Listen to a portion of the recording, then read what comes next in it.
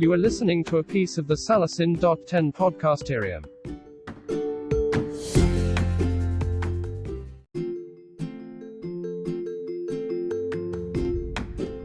You are listening to a piece of the Salasin.10 podcasterium. How often you see they are all male judges?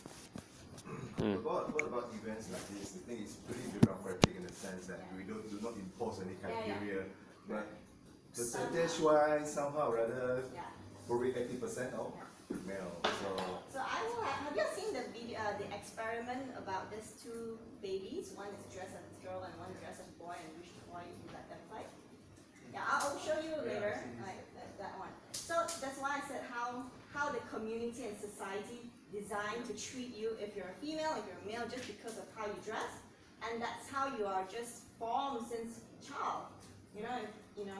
So that's why I say how do we as a community or ecosystem empower females, that's why I said not women, but baby girl, children at high school, at that stage, to be more inclusive. But for me, it's generally how to be more inclusive, regardless if you're transgender and your sex preference, doesn't matter, but just for today's topic, it's just female. Maybe you can just watch the video and you see what I have to share. Oh,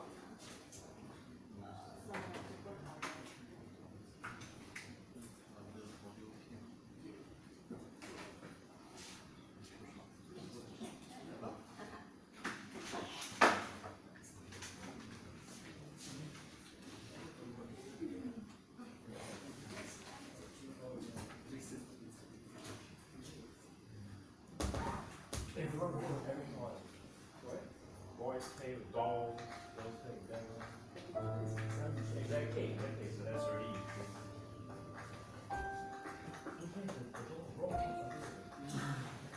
Why you change the clothes to the doll? What's wrong?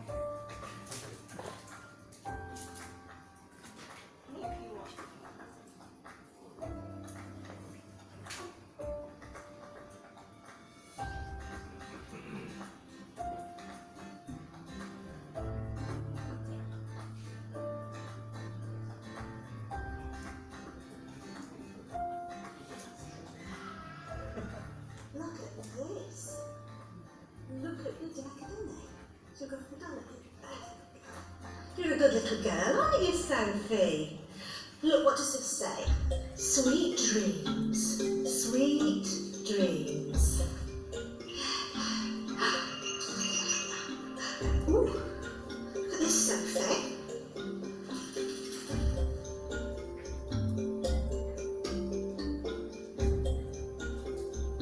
Meow meow. I think she liked that pink dummy the best. If I were to tell you actually that Sophie is Edward, Ah, does that change anything? I maybe thought, oh, this is a little girl, so I have to give her little girl things. Hello. Hello. Hello. Hello. Come on. What's this one? What's that one do? Is that a robot? What about this? You like that one? What does this one do? Oliver. You've gone for, you could say, boy toys for this boy. Possibly in my subconscious, but for me, I was just going for what was around me, but in fact my subconscious was automatically playing a trick on me that I was... If I tell you that he is actually a girl. Really? Yes. Oh wow, that's really interesting.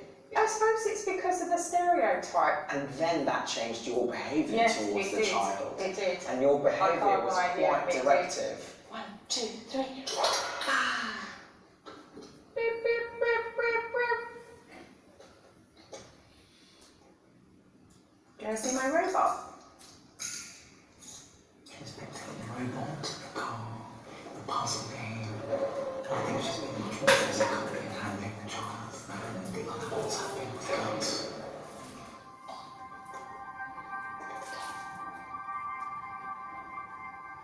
That really astounded me because I thought that I was somebody that had a really open mind. Surprise.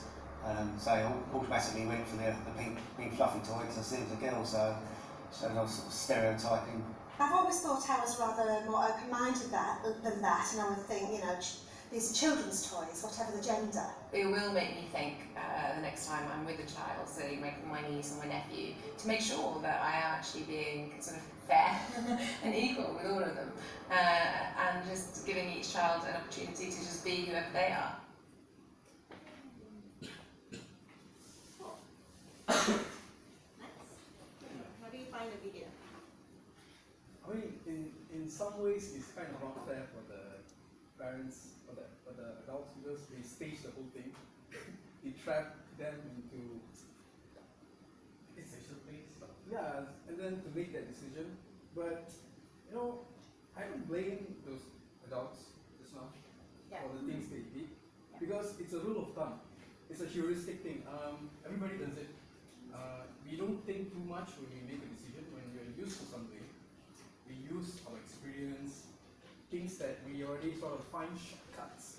Okay, you don't go to step by step. So it's subconscious. It's a subconscious thing. So yeah, so to say that they are stereotyping someone might not be completely fair because what they're doing is mostly like a heuristic thing, a rule of thumb.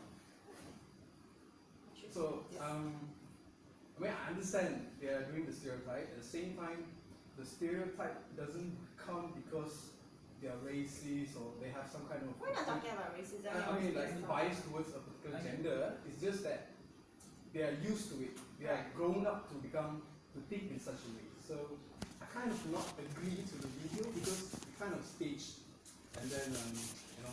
And I think the video actually is just to show that subconsciously we are performing like this type of thing. Are you gonna make a conscious decision that we should change?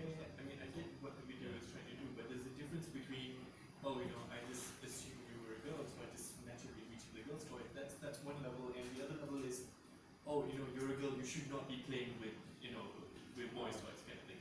There's a difference between, you know, making assumptions based on your own confirmation bias and your own experiences versus actually, you know, denying opportunities based on particular gender. Yeah, I guess the focus should be like stigmas or stereotypes that deny other people's opportunity.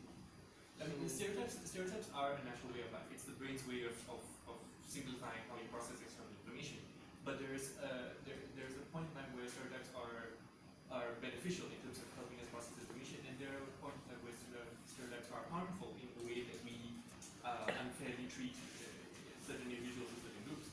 So I think in this case, while I understand what the video was trying to do, I think they sort of went into the angle of all stereotyping is bad, and that maybe not the best message, because at the end of the day, none of these individuals, these adults were trying to deny these children anything. They were not trying to say that, oh, you're not allowed to play with the other toys. They were just trying to say, oh no, these are just naturally the toys I think. What I got from the video is a little bit different. It just shows that all of us actually do snap judgment, and sometimes they're not the judgment in good things. It's up to us to recognize what snap judgments have we made, have we been making, and how can we change that so that society is better. Like all of us make unconscious biases in our mind, not just for gender, but every other things as well. And we have to be shown. It's not about agreeing or disagreeing with the video, but it's just to show all of us make snap judgments. I'm just super curious. Does anybody here meditate? Ish. Depends on the definition. Okay, so it's trying for 5 minutes now. Well, kind of like more regularly, I suppose. Because I want to kind of point a little bit, or draw a little bit of attention to this idea of unconscious bias, right? And firstly, I want to say that nobody's doing anything wrong, right? Everybody's unconsciously biased, and by behaving on your unconscious bias, you're not doing anything wrong, but you're behaving in the sort of normal way, as it were. The standard, you're operating on median, as it were. But much like I like to think of it as meditation, you are observing yourself. You're observing how you think when you meditate, and in large part. Sometimes people don't take enough time to observe how they think about others. They don't take time to observe their unconscious bias. So there are, like if you Google unconscious bias exercises, there's a number of just simple resources on how you can kind of observe your unconscious bias. Much like there are resources for you to learn how to meditate, even if you've never done it before, right? And you'll realize that how you do things when you meditate, when you observe yourself being unconsciously biased, it changes. So I might be a useful thing.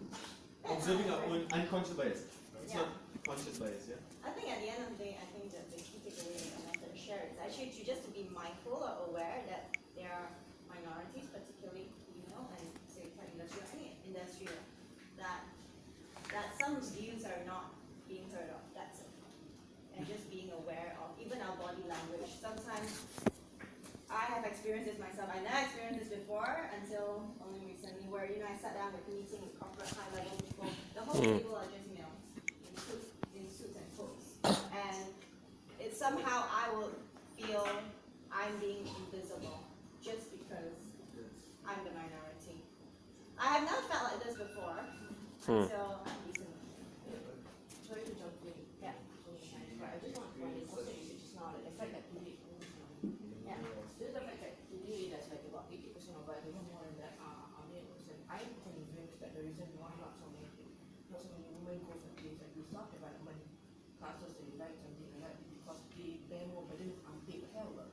They stay at home more, do house chores more, and just to prove that point, I'm gonna do this research that in Malaysia, Malay women spend the most time doing domestic chores, 12.15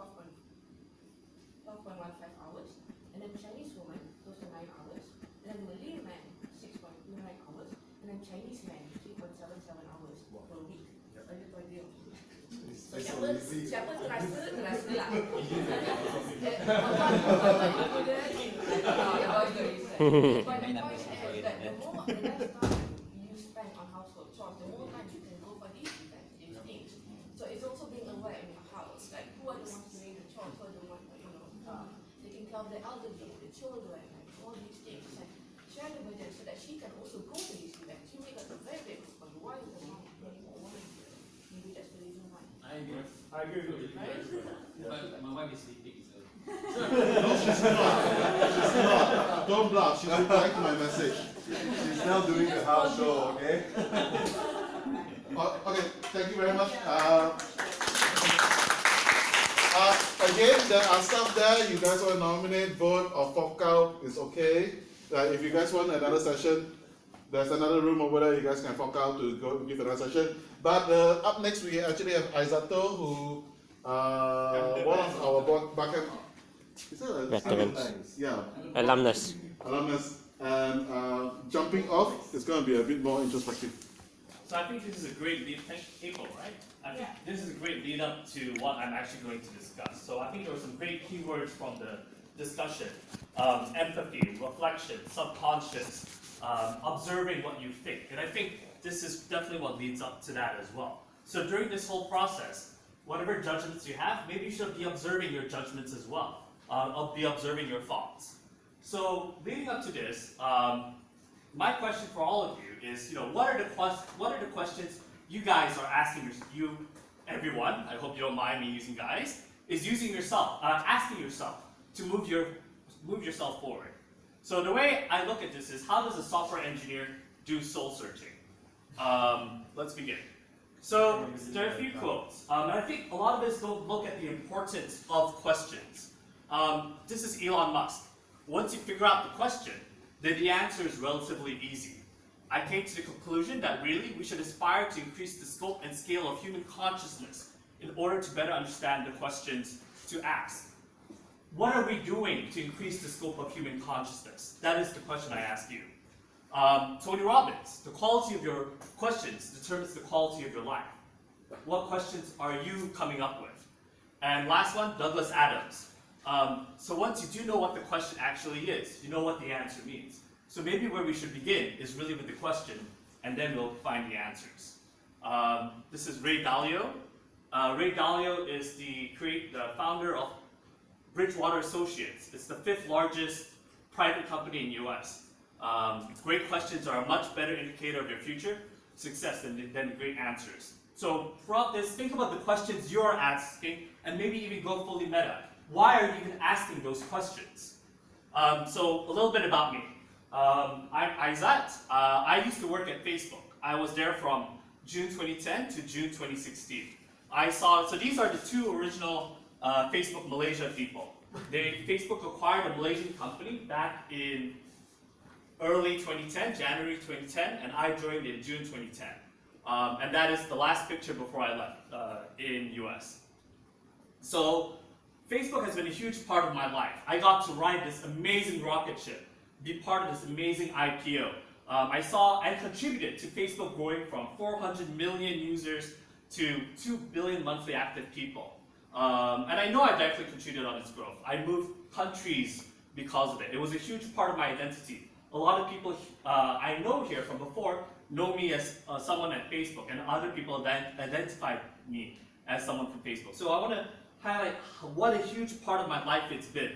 It's given me financial freedom. It allows me to be unemployed. I am super grateful for that. And then I left. I left in June 2016. But before I left, I asked the question.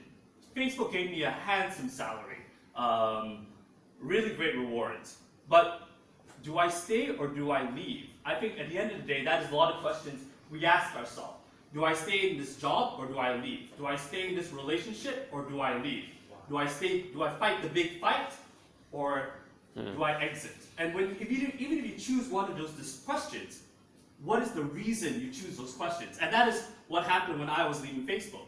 I was starting to get really burned out. But Facebook was such a huge part of my identity. But the burnout was much stronger. And in the end, I decided to leave. And it's been a very, very beneficial for me in the last year.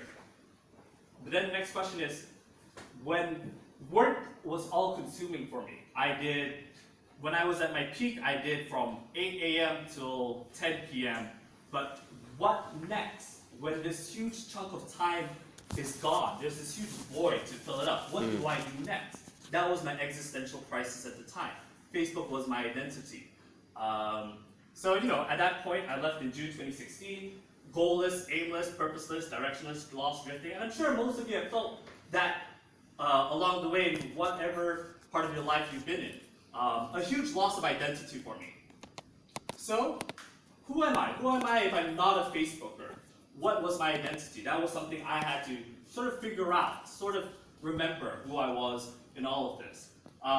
Ironically, Pokemon Go was released in July 2016. I wonder if any of you remember the opening line of the theme song? That's correct. I want to be the very best that ever was, like no one was before. No one ever was before. And that was very enlightening for me, because when I flipped it into a question, what do I want to be the very best at? I thought that was very interesting, because that gave me a goal, it gave me a direction, it gave me something to work towards. At that point, I really had nothing to look towards, nothing to work towards, because in a way I had financial freedom. I don't need to work. Why would I work? If I'm not going to work, what else should I do? What can I progress on? So I started looking at this as a craftsman. What can I be better at?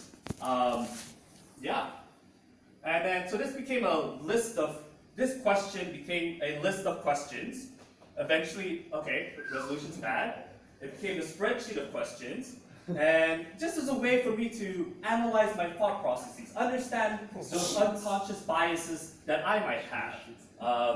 And eventually in 2016, September 2016, sorry? Okay, so September 2016, I came back to Malaysia for about 5 months. And I started asking people the questions I was asking myself, because I was trying to understand myself through the process. So there are these 3 questions that I usually go through.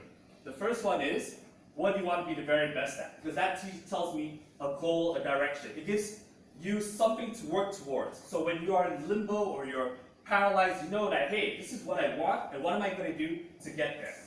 The second question is, what would you teach your children?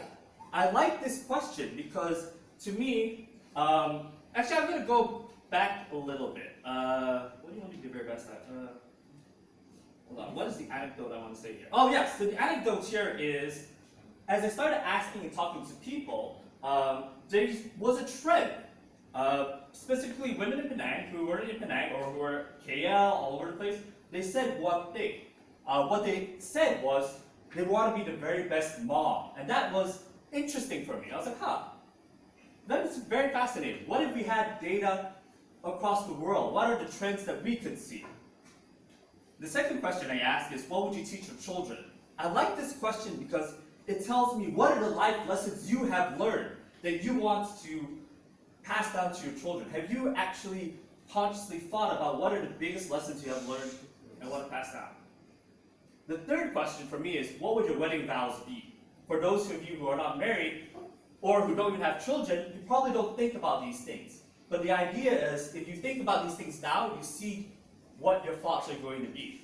I want to rewind back. So what would you teach about your children? So I had this one fascinating conversation, two fascinating conversations.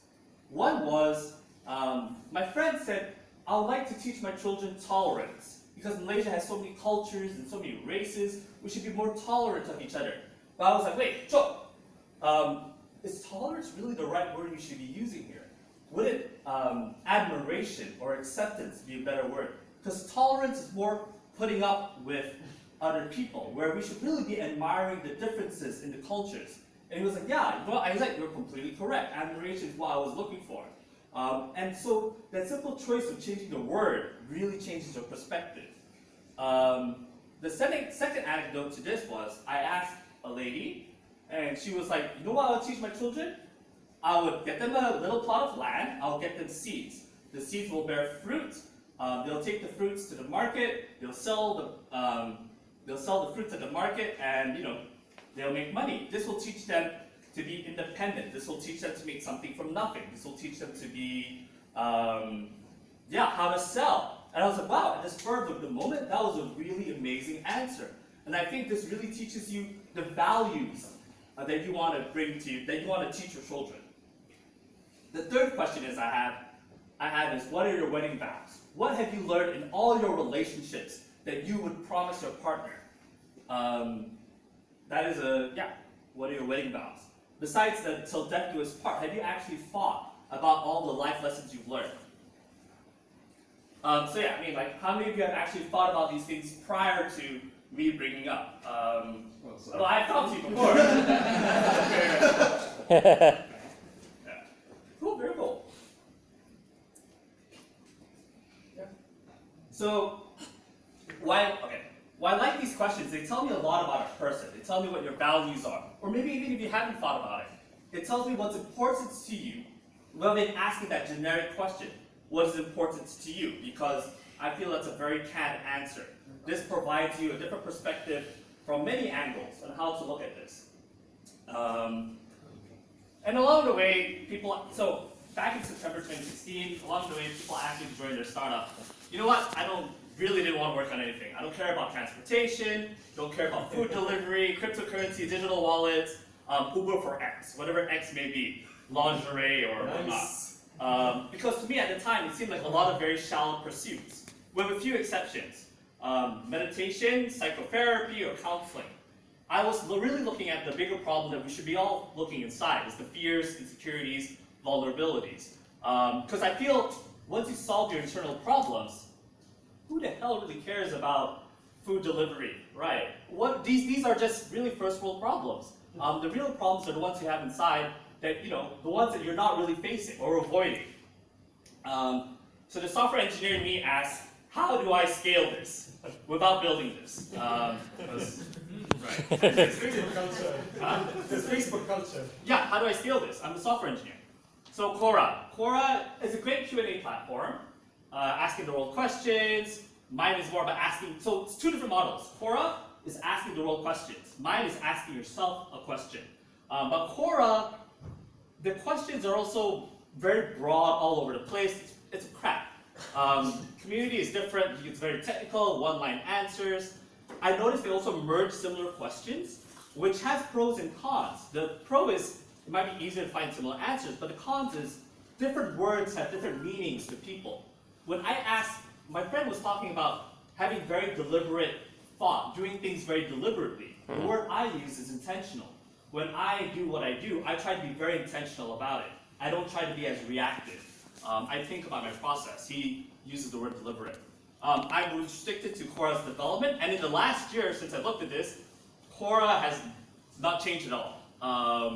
And in Quora, they usually put your title there, like I was a founder of this and that. I think the title is unnecessary. I think it puts you, it tries to make yourself more bigger than who you are, and that's something I don't really want to do.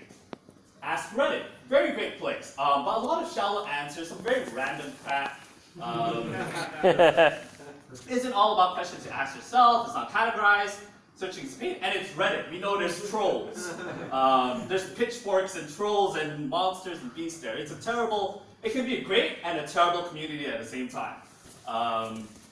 School Life, this is a very popular YouTube channel as well, but it's very sound bites, and it's not about you asking yourself questions. It's a real instant gratification, quick hit. Like, all right, why do old friends matter? How to stop nagging and start teaching. It's very good sound bites, but I want to go deeper than sound bites. Sound bites is too surface level, and the comments are not useful at all. So, yeah. So I made my site. What guiding, and it's a lot of text, a lot of TLDR.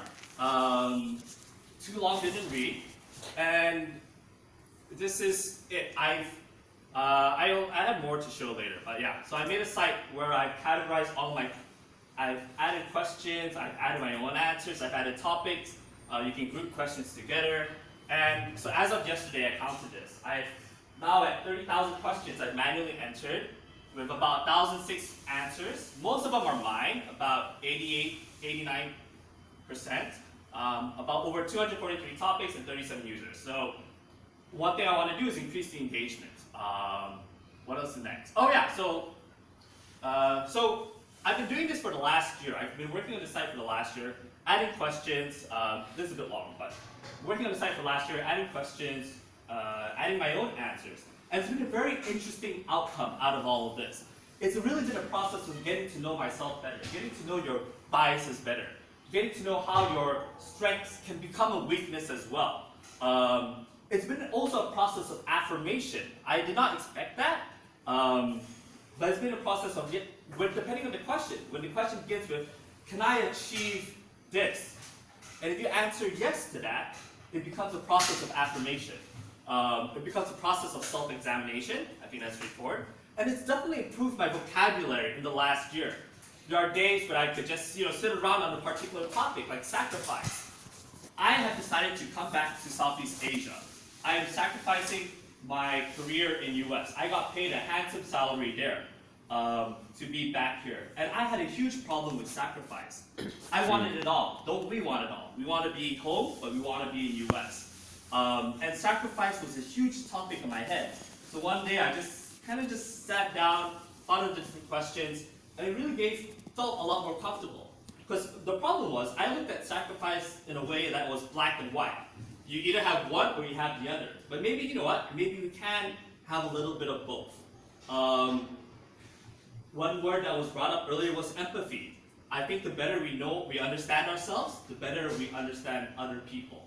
The better questions we ask ourselves, we can use that vocabulary to also better understand other people.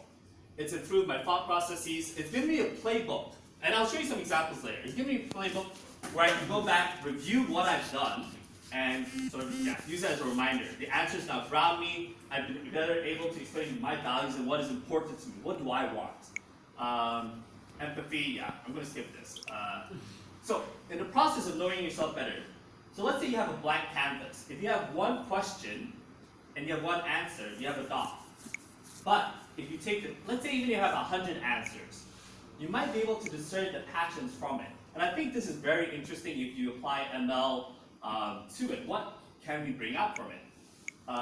It's giving me a playbook. So let's say the question is, how do you start learning something new? So now as I start doing things, I'm doing a bit more meta and examining, all right, before I do this, let's pause for a second and let's look at this. So all right, it's hard to read, but it says, before I start something new, learn to learn, accept how little you know, take notes, get a subject matter expert, learn the best practices. I think those really help you to accelerate your learning. It gives me reminders of what I want. I've gone back and looked at the things I want, and it's like, wait a minute, I remember this, but I just completely forgot it. It's been very interesting. And I think the other thing for me is, because I've been categorizing all the topics, I can do a merging of the topics together. So what if you merge marriage and sacrifice? So I have my friend here answering to the question, what have you sacrificed for marriage? And he says, I never really feel that I have sacrificed anything for my marriage, which is, great for him. But it's really, it's been a very interesting process for me. So my goal is, I want your help to increase engagement. This is a very difficult task because I'm asking a lot of people to do the things they don't normally do. I'm asking them to look inside yourself, ask yourself questions. This is not, what's that site called again? This is not a listicle. There's not 10 things you should do to improve your life. BuzzFeed, that's the word. This is not BuzzFeed. It's not something shallow. It's actually asking you to do something harder. Unfortunately, right now, everything is public. I would like to build a private feature, but a bit busy to do that, but it's asking you to do something public. It's asking you to look at yourself and be public about it. Very, very difficult things. So what I'd like your help with is to increase engagement. Take a look, and maybe you can find something to useful for yourself. And share your answers. That's pretty much it for myself. So a little bit of trivia. I'm wondering, do any of you know where the name Deep Thought comes from? Yeah, it's a company. It's Douglas Adams' book, Hitchhiker's Guide to the Galaxy. Question. In the book, these people want to answer the question to what is the meaning of life, the universe, and everything. And they built a supercomputer. They asked the supercomputer the ultimate question. The supercomputer said, give me 7.5 million years and come back here. When they came back, the answer was, well, first the computer's like, well, I got the answer, but I don't think you'll like it. But just tell us what the answer is. The answer is, drumroll, 42. Yeah, so that is where the name comes from. Figure it out. Sorry. Right, so that's Deep Thought is the name of the computer. So even if you're not answering questions, I think the most important part to you is to start seeding your mind. It's a bit of a long quote. Rainer Maria Wright was a poet, and she's asking you to be aware of the question at least. Be conscious of the question, because you may not have the answer now, but the answer will come to you sometime in the future, and without even noticing it, you'll have the answer. Yeah, and that's the work I've been doing. I'd love to get more people involved in it. Yeah, that's it for me. Woo!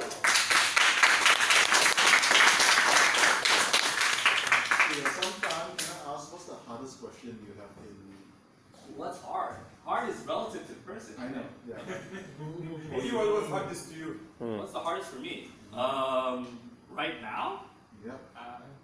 I guess the hardest questions usually comes to admitting weaknesses, admitting vulnerabilities, admitting your own faults and mistakes. All of us like to present ourselves out there, that we're confident, that we're strong, that, that we're whatever we are. And I think the hardest questions usually involve asking yourself, are you weak? Or are you afraid? And actually taking a look, and what are you afraid of? Are you afraid of death? I think might be a very interesting one. Have you thought of the concept of death? I think once you put death into an equation, the variables change very rapidly. Yeah. One of the audience to ask some questions. Sure, yeah. Everyone can ask questions. And Why you leave asking us Facebook? What? Why leave Facebook? I was burned out. Couldn't you take a break? So now here's the interesting thing. Everything you see and hear about Facebook isn't the same as what is inside. Because of my burnout, for my last performance review, I got a meet most expectations, which isn't a meets all, and that fucked me over. Because I was there longer than 5 years, my 1 month paid leave was denied. They prevented that for me. I'm like, what the hell? I've been here for 6 years, and this is how you treat me? Yeah, there's a bunch of other reasons as well. Any other questions? Also, I think that one thing to think about is also, Facebook is a giant. It is, as of this year, it's 30,000 employees. I joined when there was 2,000 employees. It is not this, in a lot of ways, it is not the same company that I joined. When I joined Facebook, people were more passionate about it. You know, the mission was very important. And it's just two different kinds of people. Nowadays, people join because of the perks, the job, and that's fine. But it's just a different group of people. So what's your aim with this sport? Is it like It's horror kind of thing? Or? It's not a game. Well, my first problem is I don't know how to monetize it, so I'm not going to try. What's It's my own. Personally, it's just been the most important thing is actually just been for myself. It's a tool I built for myself to sort of just self-analyze my own thoughts. And you know, it's available out there for other people to use. So I think that's the best part about this is even if nobody else uses it, I will still use it, and that is beneficial for me. I have a question, it's in two parts. What is the worst question to ask on a date, and what's the best on your 30,000 questions? Yes. Sure. That's not a question I answered. No. It's not a BuzzFeed. What's the question in there that got the most engagement? It's very few engaged because the numbers are so little. Really, what is 5 answers? That's nothing. So I mean, that's my goal is hopefully to build engagement and to get it out. I think what might actually be interesting though is possibly looking at let's exit full screen. Oh, that's a terrible solution. Is to look at, let's say, topics and maybe the popular topics. Well, unfortunately, it's also very biased because I am the majority. I contribute majority of the answers. So besides the common what, how, when, are, why, feelings, wants, nots, has, yourself, enjoyments, and work. I spent a lot of time on work as well because, so I left Facebook in June 2016. I found a new job in US in June 2017. I was there only for 4 months. It was not the right place for me. And during those 4 months, I really spent a lot of time asking myself, you know, questions around work.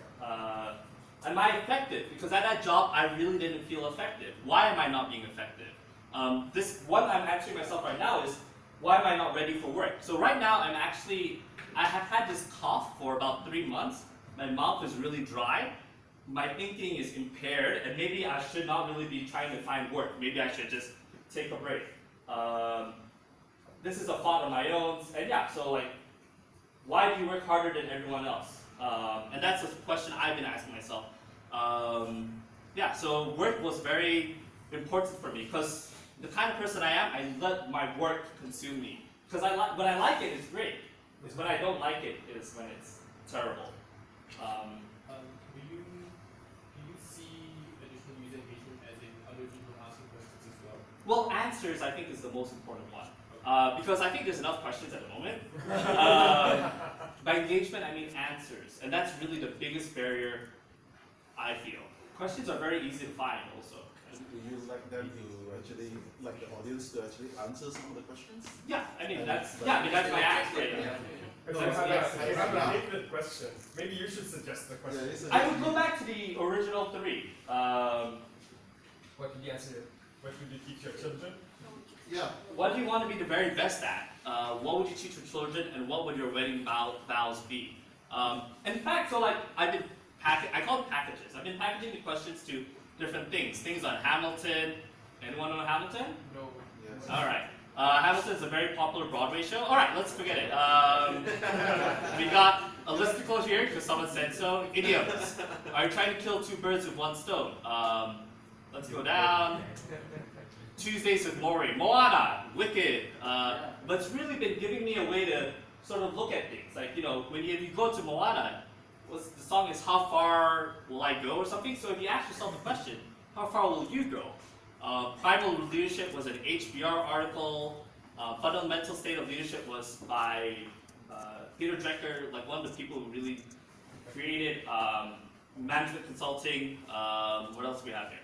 So yeah, I've just been putting things together to look at stuff. It's been very interesting to be self-reflective about all these things.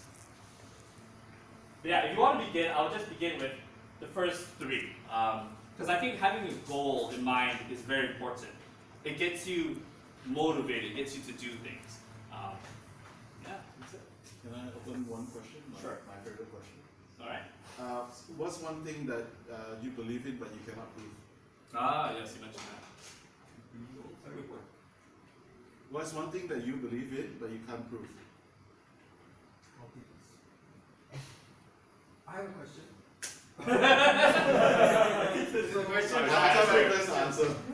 That's the problem. That's my problem. I know. So, because a lot of these questions are very subjective. Yeah. It's not like Stack Overflow where you can ask the questions you ask in Stack Overflow is very objective. So Yes, you're absolutely right. So, how do you give the rating? How do you? There's no rating. Yeah. How do you determine a question is not based on bias? What I mean is that the quality of the question, the quality of the answer, is not based on bias.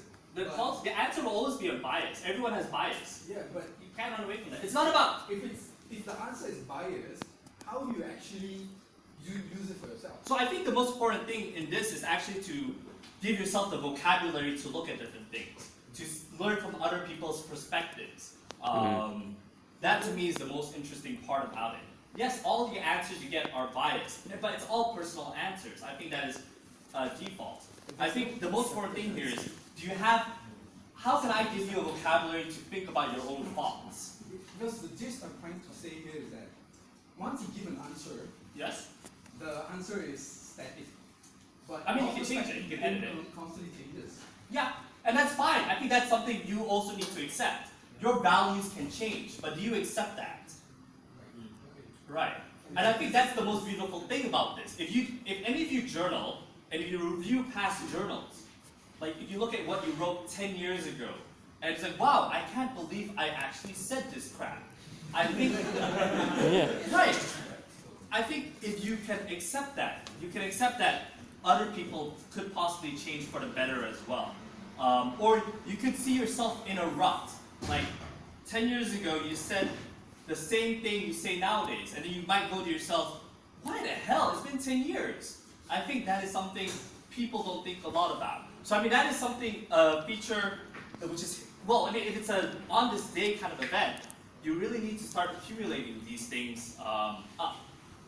Yeah. Okay, this is a somewhat less serious question, but do you have absolutely no method of like moderating or ranking? At the moment, no. I mean, I built it myself. Because I mean, it's Look, it you're is right. of course very lovely to have this sort of question answer session, but we have to admit there are going to be some genuinely shitty answers. No, you're absolutely right. You're absolutely right. Someone's going to go, why are you here? And say, well, we gay. It's No, you're absolutely right. You're absolutely right. I mean, that is all like a recommendation engine. Right.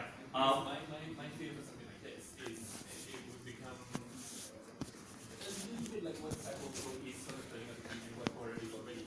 Genuinely good answers are hidden between the noise of absolute brutalism. You're absolutely right. I'm just a sole developer.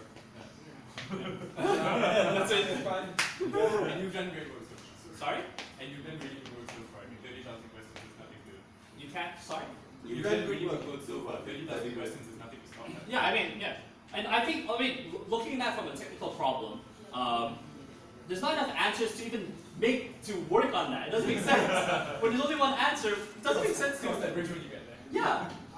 I have a suggestion. Sure. Because a lot of these questions are kind of like segregated and they're not related to each other. Yes. I think a lot of questions kind of relate to each other. Yes, they do. Okay. So if there's a way to find out what questions relate to each other, it might be more. No, I think you're absolutely correct. I mean, let's go to one question here. So at the bottom of it, besides the answers, there is a similar answers and other questions here as well. yes, the relation, I think there's a lot of strength that can be built on the relation between different questions. Yeah, I think there's a lot of work that can be done. Sole developer, free time, that's it. Woo! Yay! Okay, thank you very much. We're going to talk the session a bit. Yeah, so we have one remote working one, but I do not know who is presenting that. Who proposed that topic? Okay, you have the stage. You want to introduce yourself and Ezra. And we have the talk is civil hacking, is it? Civic hacking. Not, you guys want to explain a bit what you guys are doing before they decide where they want to choose to go?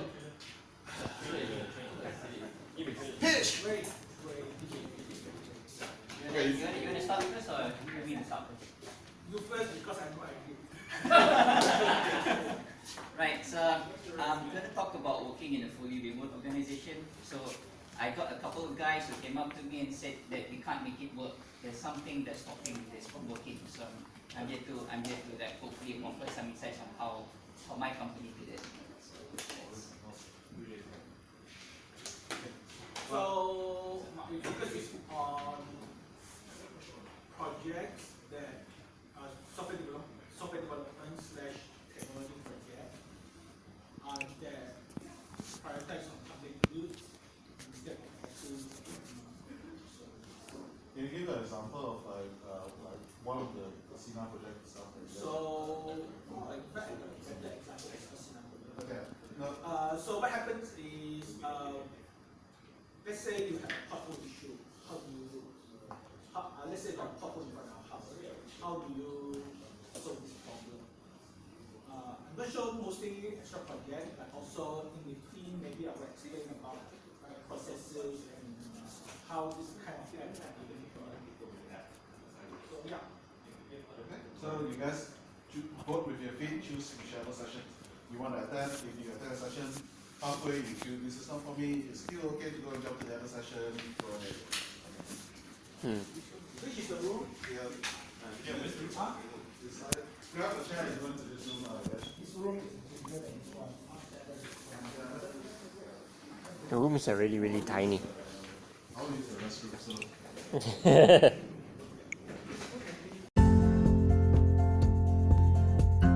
That was a piece of the Salasin.10 podcasterium. It is hoped that you have enjoyed it. If you have any issues, please feel free to leave a comment through any of the channels.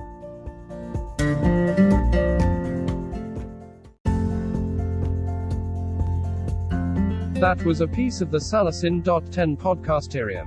It is hoped that you have enjoyed it. If you have any issues, please feel free to leave a comment through any of the channels.